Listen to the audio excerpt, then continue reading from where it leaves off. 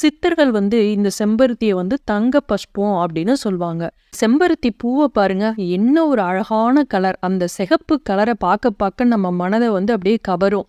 இந்த செடியானது வீட்டோட முன் வாசல்ல நம்ம வைக்கிறப்ப ஒரு சிலர் நம்ம வீட்டை பார்த்துட்டு, அப்பா எப்படி இருக்கான் பாரு, என்னமா வீடு கட்டியிருக்கான், எப்படி வாடுறா பாரு அப்படின்னு நினைச்சாங்கன்னா, இந்த செம்பருத்தி பூவில் இருக்கக்கூடிய ஒரு தெய்வீக சக்தியும் அதுல இருக்கக்கூடிய ஆகர்ஷண சக்தியுமானது அவர்களுடைய கண் திருஷ்டி, எதிர்மறை எண்ணங்களை வந்து ஈர்த்து நமக்கு வந்து நேர்மறை சக்தியை வந்து தருமா.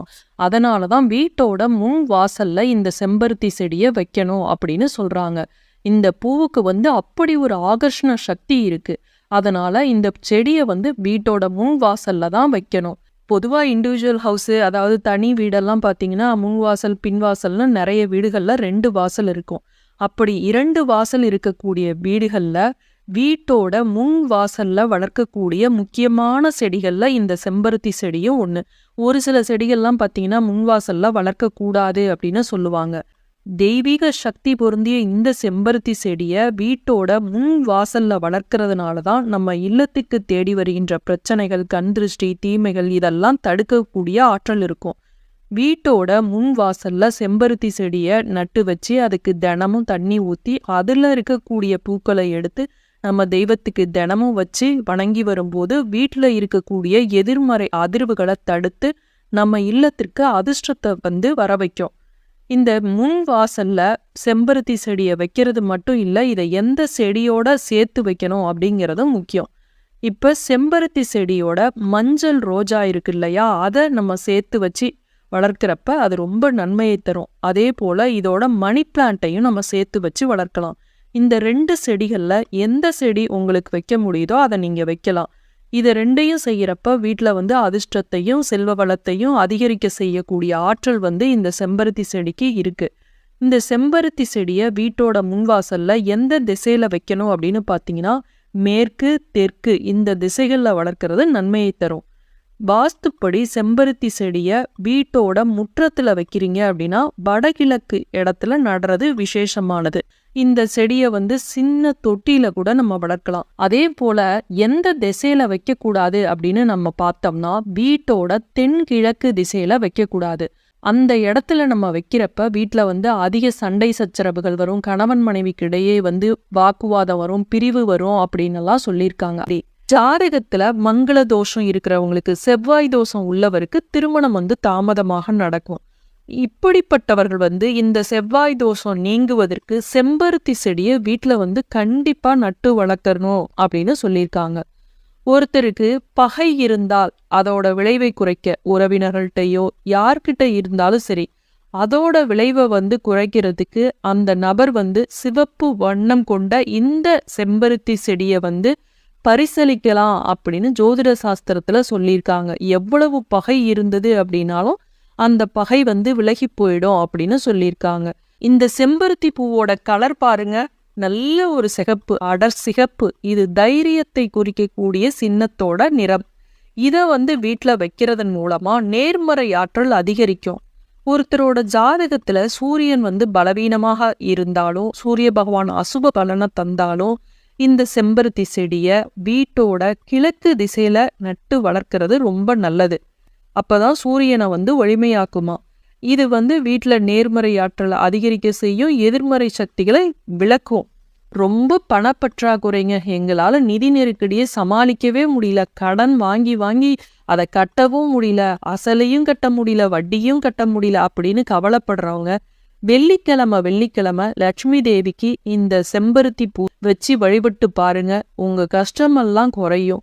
அந்த ஒற்றை இதழ் கொண்ட செம்பருத்தி பூவை தான் நீங்க வச்சு கும்பிடணும். இந்த செம்பருத்தி பூ ஆஞ்சநேயருக்கும் உகந்தது. மலர் வந்து பூக்கள் வந்து ஜன்னலுக்கு அருகே இருந்தாலும் ரொம்ப நல்லது. பொதுவா கல்யாணம், காது குத்து, எந்த சுபகாரியமா இருக்கட்டுமே வீட்டில் வாழை மரமும் வாழை இலையும் இல்லாம நம்ம எந்த ஒரு விசேஷமும் செய்ய மாட்டோம். அதே போல பெரியவங்க கூட மற்றவர்களை வாழ்த்தும் போது பாருங்க, வாழையடி வாழையா குடும்பம் தலைக்கட்டும் அப்படின்னு தான் வாழ்த்துவாங்க. ஏன் இந்த வாழைக்கு மட்டும் அவ்வளவு முக்கியத்துவம் கொடுத்துருக்காங்க? அந்த வாழை மரம் மட்டும்தான் ஆன்மீக ரீதியாகவும் அறிவியல் ரீதியாகவும் மருத்துவ ரீதியாகவும் அத்தனை பார்ட்டும் அதுல இருக்கக்கூடிய இலை, தண்டு, பூவு, காய், பழம் அத்தனையும் அந்த வாழைத்தண்டுல அடியில இருந்து ஒரு தண்ணி வருமே, அந்த தண்ணிய கூட நம்ம விடமாட்டோம். அது அவ்வளவு சத்து உள்ளது. இப்படி ஆன்மீக ரீதியாகவும் அறிவியல் ரீதியாகவும் அத்தனை சிறப்புடைய இந்த வாழை மரத்துல நம்ம நிறைய பேர் பல தவறுகளை செய்யறோம். அதெல்லாம் செய்யக்கூடாது. அப்படி செய்யும் போது நம்ம வீட்டுல வாஸ்து தோஷம் ஏற்படும். அது மட்டும் இல்ல, குருவினால் ஏற்படக்கூடிய குரு தோஷமும் ஏற்படும் அப்படின்னு சொல்லியிருக்காங்க.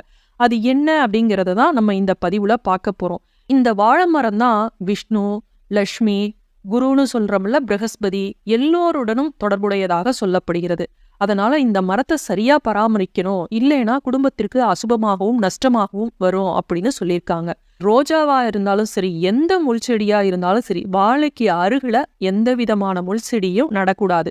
வாழை மரத்தை வீட்டுக்கு நுழைவாயில்ல எதிர்த்தாப்புல வாழை மரத்தை வைக்கவே கூடாது. இந்த தவறுகளை நிறைய பேர் செய்யறாங்க. வீட்டுக்கு முன்னாடி இடம் இருந்தது அப்படின்னா வைக்கிறாங்க. தயவு செஞ்சு நம்ம வீட்டுக்குள்ள நுழையிறோம்னா அந்த வீட்டோட பிரதான கதவுக்கு எதிர்த்தாப்புல அந்த முன்னாடி வாழை மரத்தை வைக்காதீங்க. முன்னாடி வச்சிங்க அப்படின்னா மங்கள சக்திகள் வீட்டிற்குள் நுழைவது தடுக்கப்படும் அப்படின்னு வாஸ்து சாஸ்திரத்துல, ஜோதிடத்துல சொல்லியிருக்காங்க. இந்த தவறை செய்யாதீங்க. இது மொதல் தவறு. அடுத்தது பார்த்தா, இது எந்த திசையில வைக்கணுங்கிறது இருக்கு. எந்த திசையில வேணாலும் இடம் இருந்ததுன்னா வாழை மரத்தை வைக்கிறாங்க. அப்படிலாம் சில செடிகளை வளர்க்காம இருந்தீங்கன்னா கூட தப்பு இல்லை. இடம் இருக்குங்கிறதுக்காக வாஸ்துவோடு தொடர்புடைய மகாலட்சுமிக்கு விஷ்ணுவுக்கு உரிய இந்த செடிகள் எல்லாம் கண்ட இடத்துல நம்ம வளர்க்கக்கூடாது.